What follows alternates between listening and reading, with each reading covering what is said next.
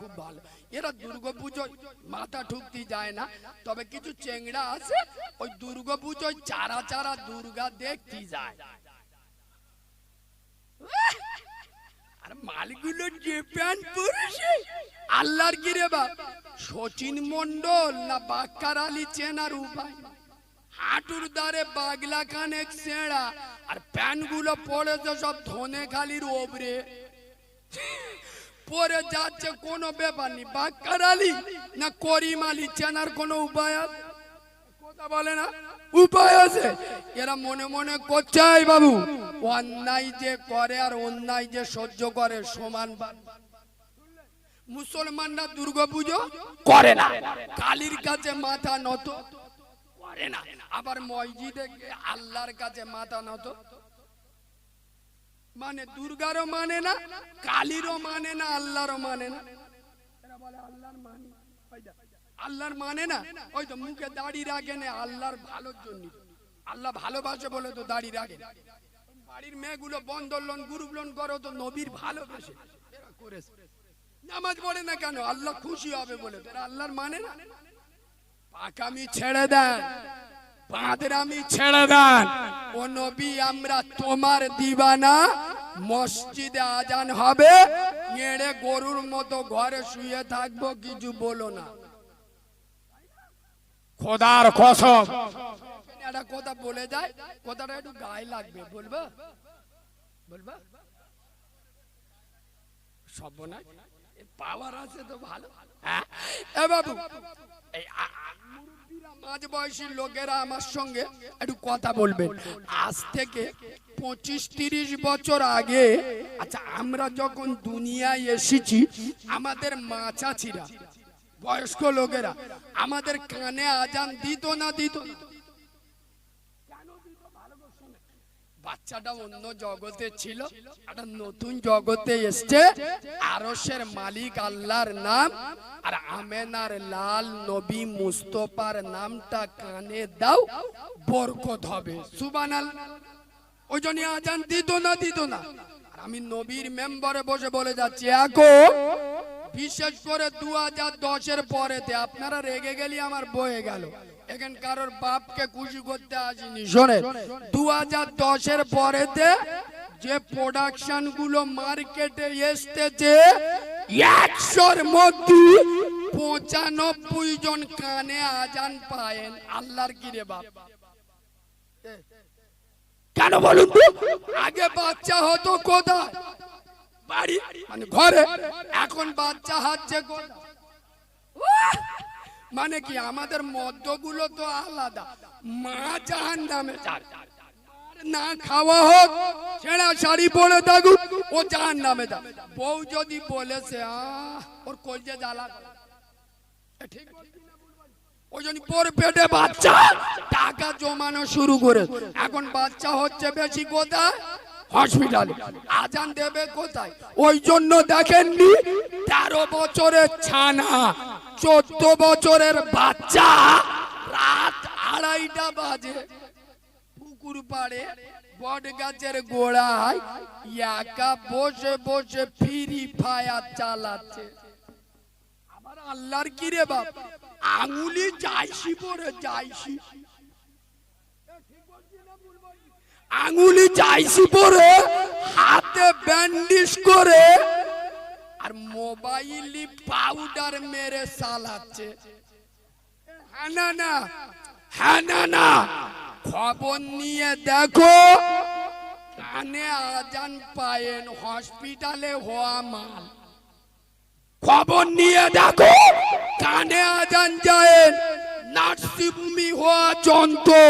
তাই তো ভোর 3টে পর্যন্ত মোবাইলে গেম খেলে, ঘরে গিয়ে শোয় ভোর 4টে, ওঠে বেলা 11টা। ফজরের আজান কানে আসে। তোদের থেকে কুকুর অনেক ভালো রে। কারিমুল্লাহ জিহাদি বলে যাচ্ছে, বক্তা শ্রোতাদের এইভাবে বলবে না। কেন? আমি বিশ্বাস করি সুতরাং এই 8 ঘোড়া এখানকার মানুষ এরা কেন, এদের বাপও যদি চেষ্টা করে আমাকে দাওয়াত করবে, আর আমার বাপের বাপ যদি ইচ্ছা করে এখানে ওয়াজ করতে আসবো, আর আল্লাহ যদি না চায় হবে? তাহলে আমার এখানে আনানোর আসল মালিক কে? চিল্লে বলুন। আর আমি এখানে যে কে মদগর সুদগর বাম্মার ভাত দেয় না, মুখে দাড়ি নেই, বেনামাজি বেরোজগার, এদের থেকে ভয় করে কথা বলবো না আল্লাহর থেকে ভয় করে কথা বলবো? ইয়েস, আমি চেষ্টা করব আটগোড়ার মুসলমান আমার বক্তব্য শুনে রেগে যাক, ফিগরে উঠে যাক, আমার কোন বক্তব্য আমার আল্লাহ যেন রেগে না যায়। ওই জন্য হক কথা বলে যাচ্ছি, প্রতিটা আলেমের উচিত। আসলে বলতে গেলে আমি নিজে ধরে রাখতে পারি না, আবার আমার ওই পুরাতন ওয়াজ টেনে আনতে হয়। কি বলুন তো, করিম ডাক্তার খানায় গিয়ে বলতে চাই, দেখো ডাক্তার তোমার 1000 টাকা ফি, কোনো অসুবিধা নেই আমি দিচ্ছি, কিন্তু আমি গাঁজা খাই আর মদ খাই, এই দুটো জিনিস খেয়ে যাব, এর ওপরে ওষুধ থাকে তো, এর ওপরে ওষুধ থাকে তো, আর নইলি আমি অন্য ডাক্তার খুঁজে নিচ্ছি। ডাক্তার বলতে যে কি মারলে মরে যাবে, কিন্তু গাঁজা আর মদ খাবে, এর ওপরে ওষুধ দিতে। বর্তমান মুসলমানের বাচ্চারা এখানে যত লোক বসে আছে, এদের বক্তব্য ঠিক ওইটাই। ও মৌলবী তুমি যত গাবজানোর গেপতে যাও, আমরা নামাজ পড়বুন, রোজা করবুন, বাম্মার ভাত দুমুনি, হারাম মাল খাবো, লটারির টিকিট কাটবো, আমাদের মেয়েরা বন্ধন লোন গ্রুপ লোন করবে, এর ওপরে যদি খাজা বাবার ওয়াজ থাকে, নিজামুদ্দিন আউলিয়ার ওয়াজ থাকে, করে যাও, নইলে পরের বছর অন্য মাওলানা নিয়ে আসবো। খারাপ লাগলো তাই না? কথা বাস্তব বলেছি না, যে আমরা এইগুলো করে যাব। ফজরের নামাজ আজকেরও পড়িনি, আর ইনশাআল্লাহ কালকেরও। সুদ খাবো আজকেরও, তো আমি ছেড়ে দিছি। ইউটিউবে আমার মতো সুদের বক্তব্য, আমার মতো ভাষা, শুধু কাঁচা গাল দিতে বাকি রেখে আমি সুদীর ওয়াজ আর করি না। কেন? যত জায়গায় সুদীর ওয়াজ করেছি ইউটিউবে শুনো, 100-র মধ্যে 99 জায়গায় লেবিসি মাল কম। মানে কি, আমি বলেছি বন্ধন লোন গ্রুপ লোনের টাকা খাওয়া আর নিজের আপন মাকে বিয়ে করা সমান সমান। এখন জলসার কমিটি 10 জন, 10 জনের ভিতরে 7 জনের বউ বুড়ো পেট বার করে বন্ধন লোন গ্রুপ লোন করে। এখন বলিছি ওকে গায়ে লেগে গেছে, যেই লেবিসি বলে এ মালেরা জীবনে দাউদ করবুনি, 2000 টাকা দিয়ে ছেড়ে দে। আগো সারা পৃথিবীর লোক যদি বন্ধন লোন খায়, আরে এরা হালাল হয়ে যাবে? কথা বলে না। সারা পৃথিবীর লোক নামাজ যদি না পড়ে, তা আল্লাহ কি নামাজ মাফ করে দেবে? আলেমরা হক কথা বলবে না? আরে হারামের বিরুদ্ধে আলেমরা বলবে না, তার রাজনীতির নেতারা বলবে। কোন রাজনৈতিক নেতা বলুন, সে যে দলের নেতা হোক, এসে ডাইরেক্ট বলতে পারবে এই তোমরা কেউ মদ খাবে না, সুদ খাবে না, জেনা করবে না, ব্যভিচারী করবে না, বাম্মার সাথে অসৎ ব্যবহার করবে না? বলে? আর বললি তোর ভোট কমে যাবে।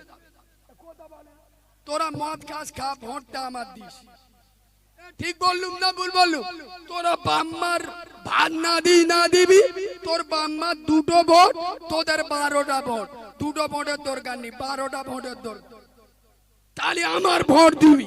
কোন নেতা ওই জন্য হাল হারাম নিয়ে বলতে পারে না, বললে রেগে যাবে। তাহলে এগুলো যদি দিনের আলেমরা না বলে, এগুলো বলবে কারা? খোদার কসম, এরা মনে মনে করে ওয়াজ হলো কানে হাত দে মারে বাপরে করা, এটাই হলো ওয়াজ। না, এই মুসলমান, খোদার কসম তোমার বাপ মরে গেছে, আরে নবী বলে যাচ্ছেন আফজালু ইবাদাতি সালাহ, সমস্ত ইবাদতের মাথা হলো নামাজ। তোর বাপ মরে গেছে, পাটি বসে তুই নিজে বাপের জন্য দোয়া কর, জন ধরার দরকার নেই, ভাড়া কর। আরে ভাড়া করলি কি হবে? আমার যেরাম মাল সেরাম দোয়া। চুপ কর, কষ্ট কোথায় কষ্ট বাবু? আমার মা মরে গেল। আচ্ছা আপনারা বলুন, আমার মার জন্য আমি যে দরদ নিয়ে দোয়া করব, আপনারা তো শুনলেন আমার মা নেই, আমি জীবনে মা ডাকতে পারিনি। আপনাদের দোয়া আর আমার দোয়া এক হবে? কারণ আমার মার দোয়া আমি তো ভাড়াটে মৌলী সাহেব থেকে মানে না করলি নয়। আর এর তো সব চিডিং বাজতো, বুঝতে পারেন? বাপ বেঁচে ছিল, বাপের সাথে কথা হতো না, বাপ মরে গেছে, বাগদা চিংড়ি এনে মৌলবীর খাচ্ছে। হুজুর এটা 800 টাকা কিলো, আপনার জন্য স্পেশাল কিনে এনি। মানে এর মতো জালি মালা দুনিয়ায় নেই। বাপের সাথে কথা বলতো না, বাপ মরে গেছে, 4টে গরু জবাই করে গ্রামের লোকে খাওয়াচ্ছে। আর গ্রামের লোকও সেরা, আগে মরে গেলি তো ইন্না লিল্লাহ পড়তো, এখন মরে গেলি আলহামদুলিল্লাহ বলে। যেদিন মরেছে খাবো, 40 দিন খাবো, খেয়ে দোয়া করতে রব্বানা জ্বলাম না, জাহান্নামে গেলি শালা তুই জ্বলবি, আমরা জ্বলবো। খোদার কসম নবী বলে যাচ্ছেন, বেনামাজি জান্নাতে যাবে যাবে। আমরা সবাই নামাজ পড়বো ইনশাআল্লাহ। কবেতে? ও যেদিন মরে যাবো ইনশাআল্লাহ। সোনার বাবাজি দুটো পায়ে ধরে বলে যাচ্ছি, তবে সাথে সাথে আরো একটা নকতা না বললে নয়। যে বাড়ির মহিলারা নামাজ পড়ে না, সে বাড়ির পুরুষেরা নামাজি হতে পারে। জোরে বলুন। আমার মায়েদের পায়ে ধরে বলে যাব, তবে এই বাবু, তবে মহিলারা যদি পরিবর্তন হয়, গোটা গ্রাম পরিবর্তন হয়ে যাবে। মানুষ তো একটা কথা বলুন তো, আমি ঠিক জানি না আপনাদের এদিকে ওই কোন মহিলা আপনারা দেখেছেন বা কোনোদিন কানে শুনেছেন যে কোন মহিলা বাপের বাড়ি থেকে মানে স্বামীর বাড়িতে টিকতে পারে? চলে কেন? স্বামী অতিরিক্ত অত্যাচার করে, মদ গাঁজা খায়, স্বামীর বাড়িতে টিকতে পারে না, চলে এসে বাপের বাড়ি এসে থাকে। আগো এরম আসে না নেই? কথা বলেন, আছে না? আমাদের গ্রামেও আছে, এরকম অনেক জায়গায় আছে। কিন্তু গোটা বাংলায় খোদার কসম আমি চ্যালেঞ্জ করছি, একটা মহিলা আমাকে দেখান যে মহিলা স্বামী ছেড়ে দিয়ে চলে এসছে। কেন? স্বামী নামাজ পড়ে না বলে। এরকম মহিলা একটাও আছে? কথা বলে না। স্বামীকে দাঁড়িয়ে বলে, যাই স্বামী হারাম খাওয়া বাদ দাও, আমি সেই ফাতেমার উত্তরসূরি, যে বেটি ফাতেমা তো জোহরা, যে বেটি ফাতেমার মাথার চুল দুনিয়ার কোন মানুষ তো দূরের কথা, আসমানের চাঁদ সূর্য দেখে নয়, সেই ফাতেমার উত্তরসূরি। তুমি হারাম খাওয়া ছেড়ে দাও, 5 ওয়াক্ত নামাজ পড়ো, আমি তোমার ঘর সংসার করব। নামাজ না পড়লে তোমার ঘর ছেড়ে দিয়ে চলে যাব।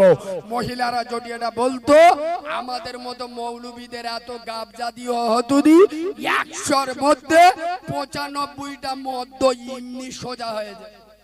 জানো, যত হাও না বাবু বোর কাছে, তবে নামাজ রোজা যত করে, একটা কড়া কথা বলে যাব এ বাবু। আচ্ছা রাসূলুল্লাহ গোটা দুনিয়ায় বর্তমানে 2256টারও বেশি দেশ আছে। এমন কোন দেশ নাই যে দেশে রাসূলুল্লাহর উম্মতে মুহাম্মাদি নাই। সুবহানাল্লাহ বল। সব দেশে মুসলমান আছে না নেই? আচ্ছা বলুন, আমার রাসূলুল্লাহ 7 ভাইয়ের গরম ছিল না? রাজনীতির পাওয়ার ছিল না? রাসূলুল্লাহ টাকার পাওয়ার ছিল না? তার পাওয়ার যদি কিছু থাকতে হয়, সেটা হলো আদর্শ এবং চরিত্রের পাওয়ার।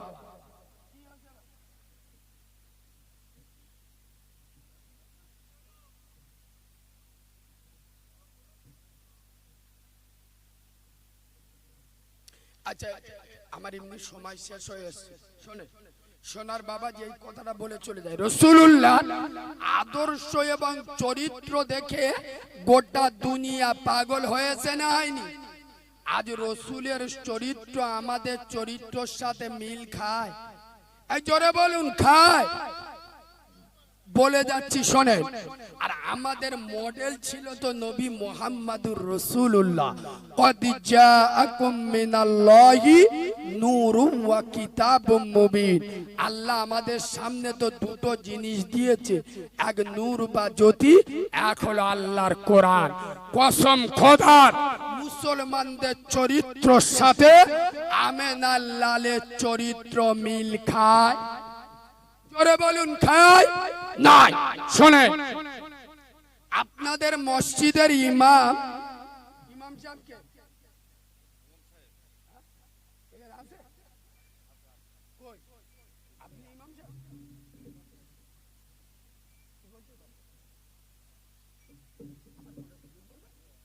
আলহামদুলিল্লাহ, আলহামদুলিল্লাহ।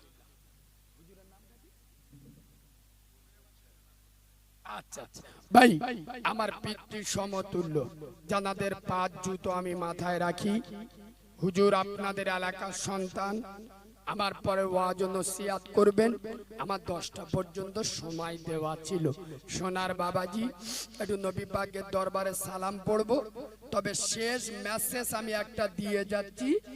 আমার এখানে দাদা পীরের ভক্ত মুরিদ আছেন?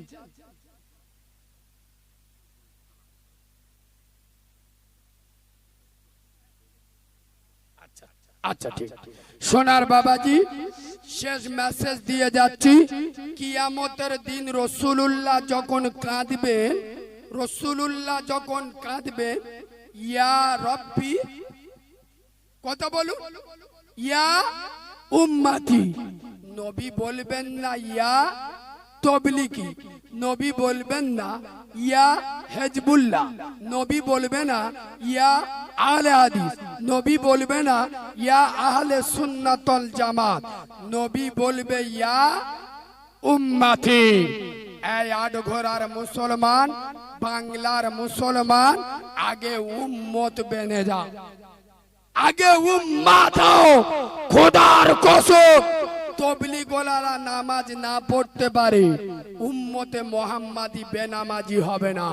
ফুরফুরাওয়ালারা রোজা না করতে পারে, উম্মতে মুহাম্মাদি বেরোজগার হবে না।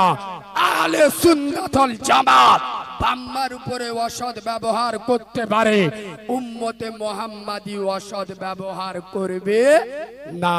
সোনার বাবাজি, আগে উম্মাত হয়ে দাও। কেন? যাদের 33 কোটি দেবতা, তারা আজ এক জায়গায়। আমাদের আল্লাহ এক, নবী এক, রসুল এক, কোরআন এক, ঈমান এক। আমরা বিভিন্ন দলে দলে বিভক্ত। মুসলমান এক জায়গায় চলে আসুন। যখন ইসলামের উপরে, কোরআনের উপরে, দ্বীনের উপরে কোনো আঘাত আসবে, আমরা কেউ তবলিগ, হিজবুল্লাহ, বিরিলি, আহলে হাদিস, জামাত ইসলামী, সিপিএম, কংগ্রেস, তৃণমূল, আইএসএম নয়। আমাদের একটাই পরিচয়, আমরা উম্মতে মুহাম্মাদি। নারে তাকবীর। হায়াত বাকি, মুলাকাত বাকি। সোনার বাবাজি, একবার সালাম দি। আসসালামু আলাইকুম। আপনারা সকলে মিলে একবার আমাকে সালাম দেন। ওয়া আলাইকুমুস সালাম, रहमती कालाम, आप जिसका बंदा है मैं उसी